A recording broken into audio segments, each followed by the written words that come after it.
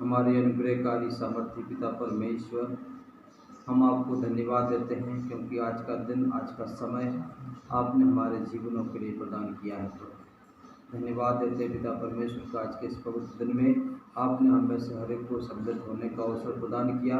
पिता परमेश्वर, हम आपसे विनती करते हैं कि जिस प्रकार से आपने पिछले दिनों से लेकर के आज के दिन तक परमेश्वर पिता संभाला है, प्रभु जी हम प्रार्थना करते हैं कि आने वाले दिनों में भी प्रभु हम आपकी सहायता अपने जीवनों के लिए चाहते हैं। और पिता परमेश्वर, हम प्रार्थना करते हैं उन तमाम असहाय और गरीब और कई प्रकार से पीड़ित लोगों को प्रभु हम तेरे पवित्र हाथों में समर्पित कर देते हैं। पिता परमेश्वर, आपने हमें यह मौका दिया पिता परमेश्वर कि प्रभु हम आपकी महिमा करें और आपकी स्तुति करें और आपकी जय जयकार करें।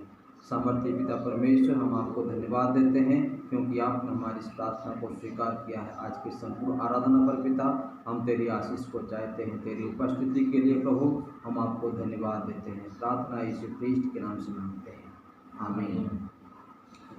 आइए हम प्रभु की महिमा के लिए गीत गाएंगे और गीत गाएंगे हम आज का दिन यहोवा ने बनाया है। आज का दिन यहोवा ने बनाया है, हमें इसमें आनंद को आनंद को। आज का दिन यहोवा ने बनाया है, हमें इसमें आनंद को आनंद को। प्रभु तुम्हें मांगे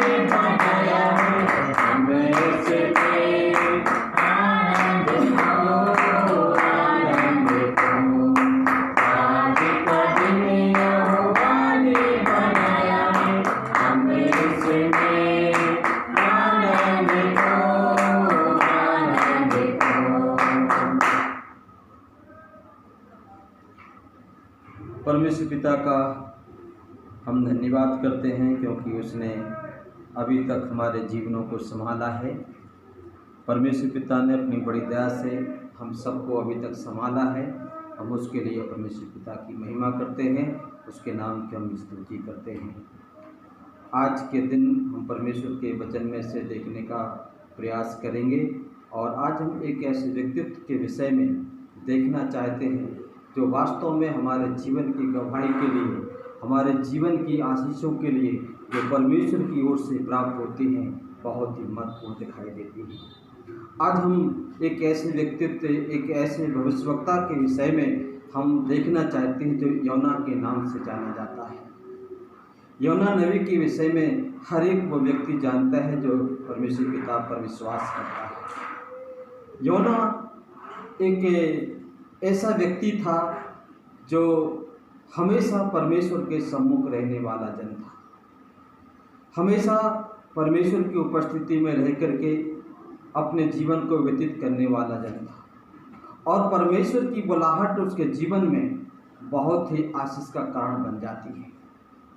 लेकिन वही आशीष का कारण जो है योना के जीवन के लिए भी एक कठिनाई का कारण भी बन जाता है। हम जानते हैं कि योना अमित्य का पुत्र था और परमेश्वर ने योना को अपनी सेवाकाई के लिए, अपने प्रचार के लिए, उस सुसमाचार प्रचार के लिए, उस सेवा के लिए अलग किया जो परमेश्वर ने उसके लिए सौंप दिया। मेरे प्रियो, यहाँ पर योना के जीवन में बहुत सारी ऐसी बातें हैं जो परमेश्वर के प्रति समर्पितता को प्रकट करती हैं और बहुत सी बातें ऐसी हैं जो परमेश्वर के विरोध में उनके जीवन में काम करती हैं। हम यहाँ पर ऐसे व्यक्तित्वों के बारे में देखने का प्रयास कर रहे हैं। इस स्थान पर जो है परमेश्वर की उपस्थिति योना के जीवन के लिए प्रकट होती है। योना परमेश्वर के द्वारा बुलाया हुआ जन था। योना ने परमेश्वर के आवाज को सुना। योना ने परमेश्वर की उपस्थिति को अपने जीवन में देखा।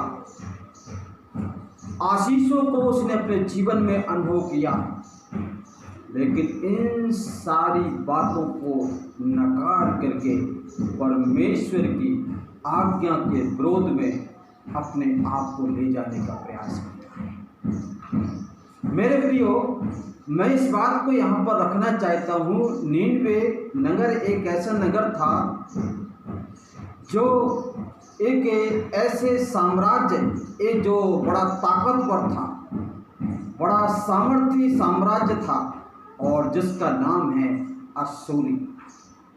अश्शूरी साम्राज्य की राजधानी था नीनवे और परमेश्वर की नगर दृष्टि में ये नगर जो है परमेश्वर की दृष्टि में अच्छा नहीं था। उस नगर में उस परमेश्वर के सुसमाचार को सुनाने के लिए किसी व्यक्ति की आवश्यकता थी और परमेश्वर ने योना में उसे पूरा किया और परमेश्वर ने कहा कि जा, तुम उस नीनवे को जा जो अश्शूरी साम्राज्य की जो एक राजधानी था, संपन्न था और बहुत सारे लोग उस नगर में थे।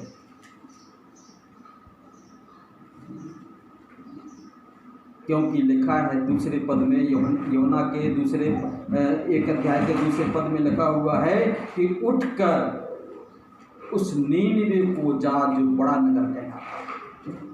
इसका मतलब यह है कि परमेश्वर ने जब बुलाहट योना को प्रदान की, योना को परमेश्वर ने बुलाया तो वो परमेश्वर की उपस्थिति में अपने आप को बनाए रखने वाला वो जन था। लेकिन आवश्यकता थी कि परमेश्वर की आज्ञा का पालन करें। परमेश्वर की आज्ञा का पालन करना हर एक विश्वासी के लिए अनिवार्य है। परमेश्वर की आज्ञा का पालन करना हर एक उस जन के लिए आवश्यक है जो परमेश्वर के द्वारा बनाया हुआ जन है। योना ने परमेश्वर की आज्ञा का तिरस्कार कर दिया। परमेश्वर ने जिस स्थान पर उसे वो भेजना चाहता था उस स्थान पर वो नहीं गया। हमारे जीवन में भी इस प्रकार से बहुत सारी बातें आती हैं। हमारे जीवन में परमेश्वर चाहता है कि परमेश्वर ने हमारे जीवन में बुलाहट क्यों प्रदान की, परमेश्वर ने हमारे जीवनों को क्यों बचाया है। बचाने का कारण यह है कि परमेश्वर की हर एक आज्ञा हमारे जीवनों के द्वारा पूर्ण होने पाए। लेकिन योना ने अपने जीवन के द्वारा परमेश्वर की आज्ञा का उल्लंघन किया, और परमेश्वर की आज्ञा का उल्लंघन करने का परिणाम यह होता है कि वो नीनवे की जगह पर वो तर्शीश को चला जाता है, अपनी जिम्मेदारियों को से भागने का प्रयास करता है। मेरे प्रियो, जब जब भी हम परमेश्वर के विरोध में खड़े होते हैं, परमेश्वर की आज्ञा का उल्लंघन करते हैं, परमेश्वर की बात को हम नहीं सुनते हैं, परमेश्वर हमारे जीवनों में कष्ट प्रदान करता है।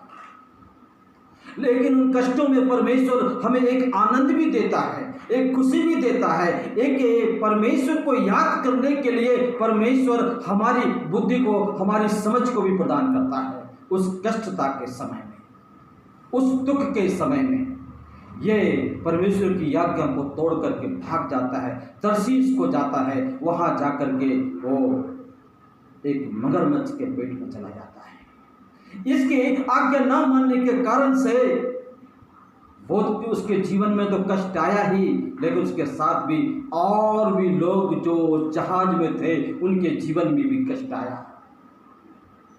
उन्होंने अपने कुछ जीवन की हानि भी उठाई, उन्होंने अपनी जीविका की कुछ हानि भी उठाई, कुछ सामान को जहाज में से समुद्र में फेंक दिया।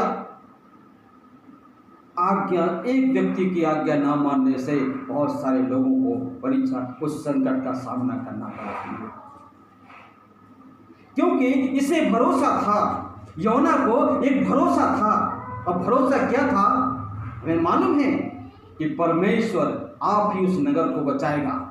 मेरे प्रियो, परमेश्वर बचाने में सामर्थ्य है, परमेश्वर बचा सकता है, लेकिन परमेश्वर ने हमारा और आपका उपयोग क्यों किया है?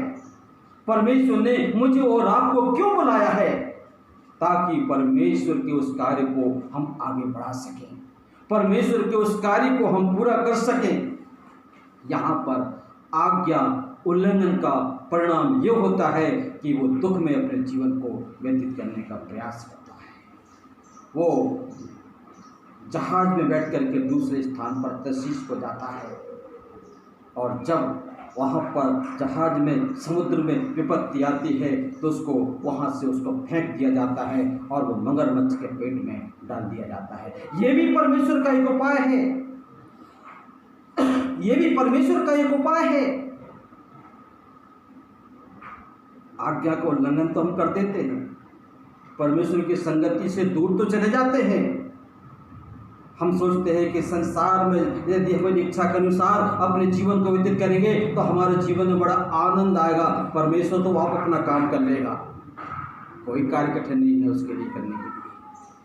मेरे प्रियो, फिर भी योना उसकी दृष्टि से भाग जाता है, परमेश्वर उसे छोड़ता नहीं है, उसको बचाने का उपाय भी करता है।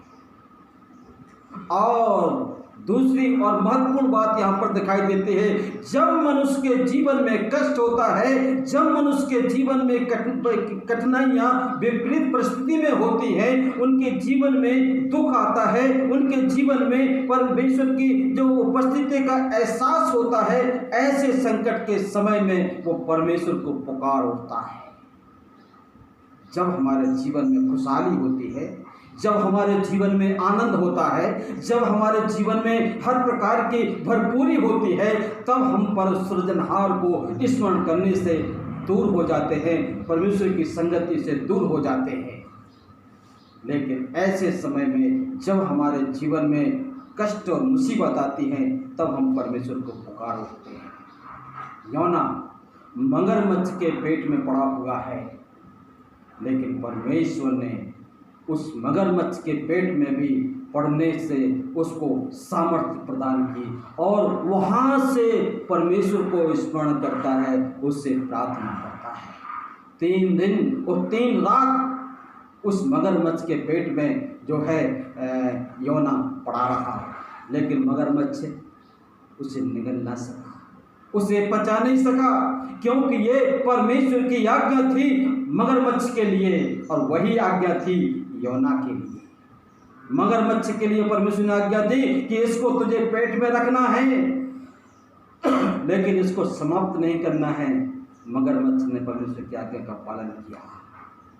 मेरे प्रियो, योना के लिए परमेश्वर ने कहा कि तुम्हें नीनिवे को जाना है, लेकिन नीनिवे की जगह पर वो तर्शीश को भाग गया, परमेश्वर की आज्ञा को तोड़ दिया, परमेश्वर की आज्ञा को उल्लंघन कर दिया। लेकिन मगरमच्छ जो है परमेश्वर की आज्ञा का पालन करता है, और जब परमेश्वर की आज्ञा का वो पालन करता है, 3 दिन के पश्चात में वो समुद्र के किनारे उगल देता है।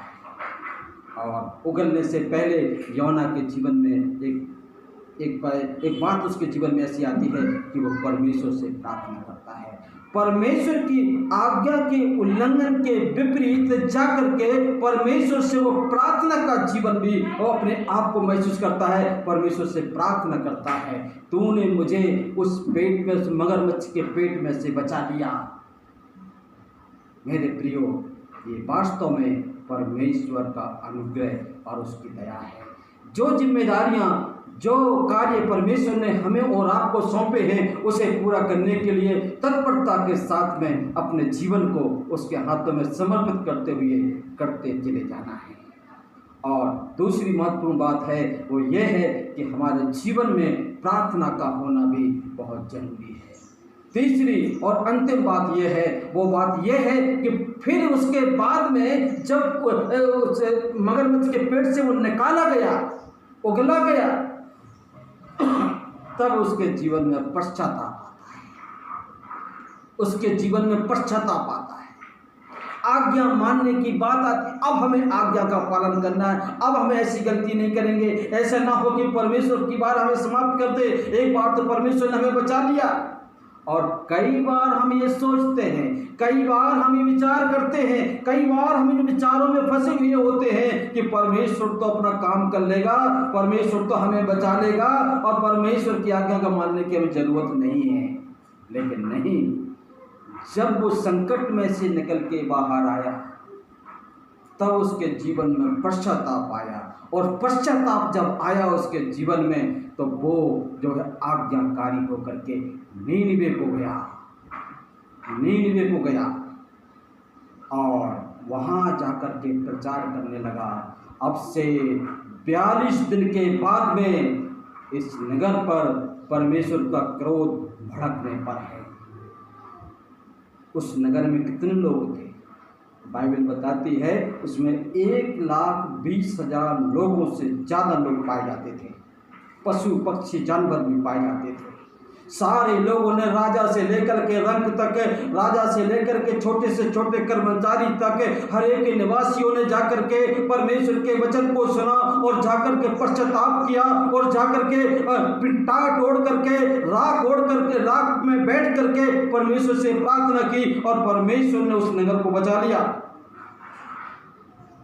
और जब ये हमारे जीवन में जब हम इस बात का अनुभव करते हैं, जब हम देखते हैं कि परमेश्वर के विरोध में जाने से क्या होता है और परमेश्वर की आज्ञा मानने से क्या होता है, तब परमेश्वर हमारे जीवन में एक आनंद की अनुभूति करता है, अपनी दया को प्रकट करता है, अपनी करुणा को प्रकट करता है। हमारे जीवनों पर दया और करुणा पाई जाती है, इसलिए हम परमेश्वर में आनंदित पाए जाते हैं। हमारे जीवन में कष्ट और संकट और क्लेश होते हैं, लेकिन परमेश्वर उन सारी परिस्थितियों में से निकाल के हमें खड़ा करता है। आज मुझे और आपको एक आज्ञाकारिता के रूप में होकर के, परमेश्वर की आज्ञाकारिता के रूप में होकर के, परमेश्वर पर विश्वास करते हुए, परमेश्वर से प्रार्थना करते हुए, परमेश्वर के समक्ष जाकर के पश्चाताप करते हुए हमें उसकी आज्ञा का पालन करना है। तब परमेश्वर अपनी करुणा को, अपनी दया को हमारे जीवनों में बनाए रखेगा। और ऐसे संकट के समय में जो आज वर्तमान में इस संसार में दिखाई दे रहा है, ऐसे समय में हमें और आपको आवश्यकता है कि परमेश्वर की उपस्थिति का एहसास हम अपने जीवनों में करने पाएं। परमेश्वर इन वचनों के द्वारा हम में से हर एक को आशीष प्रदान करें। हम में से हर एक को परमेश्वर इन वचनों के द्वारा अपनी आशीष प्रदान करें।